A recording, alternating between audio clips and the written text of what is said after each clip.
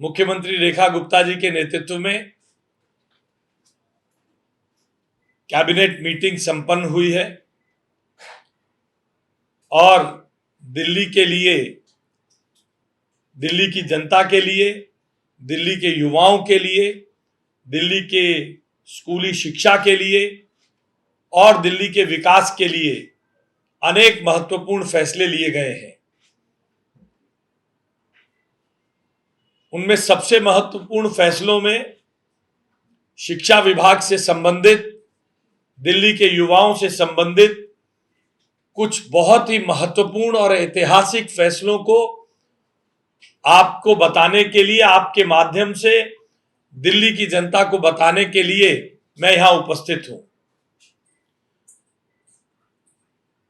आदरणीय नरेंद्र मोदी जी के मार्गदर्शन में, मुख्यमंत्री रेखा गुप्ता जी के नेतृत्व में दिल्ली की सरकार सर्वस्पर्शी विकास के लिए काम करने के लिए दिन रात कृत संकल्प है। हमने आपको पिछली बार बताया था कि किस प्रकार से डिजिटल एजुकेशन का बढ़ावा देने के लिए हम स्मार्ट क्लासरूम्स बनाने जा रहे हैं। सर्वांगीण विकास हो, होलिस्टिक डेवलपमेंट हो, इसकी दृष्टि से हमारी सरकार युवाओं को अनेक अवसर उपलब्ध कराने के लिए कृत संकल्प है। युवा केवल क्लासरूम में पढ़े नहीं, बल्कि आज जो प्रधानमंत्री जी के मार्गदर्शन में खेलो इंडिया, फिट इंडिया, स्पोर्ट्स के इकोसिस्टम को डेवलप करने के लिए मणिपाल में यूनिवर्सिटी आदि काम हो रहे हैं, उसको आगे बढ़ाने के लिए दिल्ली की सरकार ने आज बहुत ही महत्वपूर्ण फैसले लिए हैं। आज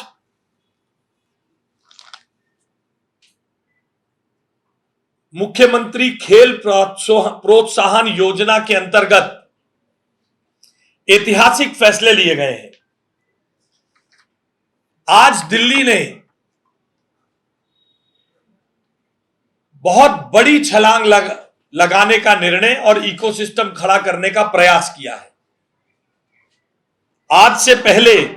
ओलंपिक गेम और पैरा ओलंपिक गेम जीतने वाले लोगों को, खिलाड़ियों को, जो देश का मान सम्मान बढ़ाकर आते थे, उनको 3 करोड़, 2 करोड़ और 1 करोड़ गोल्ड, सिल्वर और ब्रॉन्ज मेडल के रूप में प्रोत्साहन राशि दी जाती थी। हमारे पड़ोस के राज्यों में 6 करोड़, 5 करोड़ इस प्रकार की राशि दी जाती थी। आज मुख्यमंत्री जी के नेतृत्व में और भारत के प्रधानमंत्री आदरणीय नरेंद्र मोदी जी के मार्गदर्शन में दिल्ली में, नेशनल कैपिटल में हम स्पोर्ट्स के इकोसिस्टम को बढ़ाएं। इसके लिए ओलंपिक गेम्स में गोल्ड मेडल लेकर आने वाले खिलाड़ियों के लिए 7 करोड़,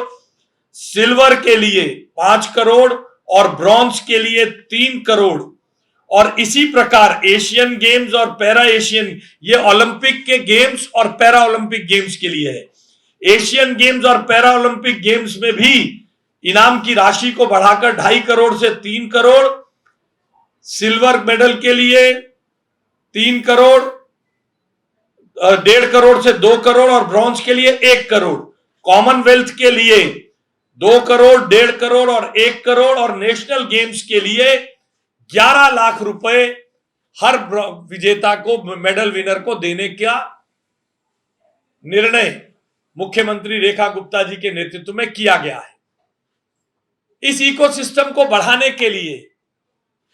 जो सबसे ऐतिहासिक फैसला किया गया है, हमारे खिलाड़ी दिल्ली में खेलते हैं, दिल्ली की सुविधाओं का लाभ लेते हैं, मगर इनाम की राशि के साथ साथ पड़ोसी राज्य उन्हें नौकरी देकर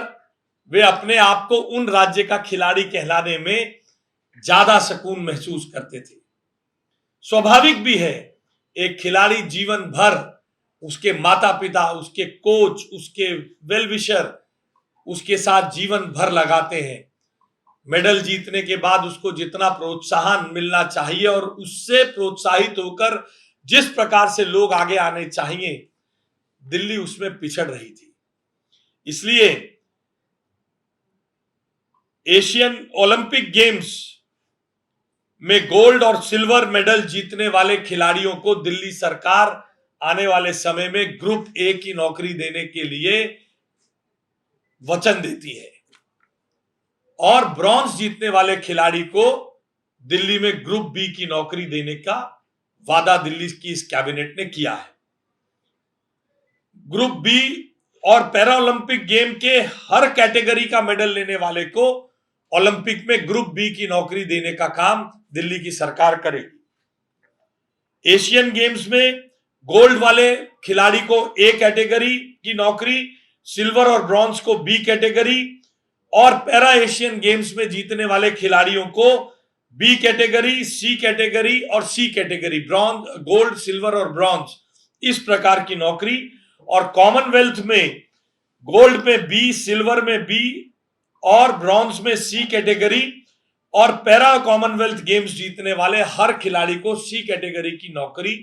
दिल्ली की सरकार देगी।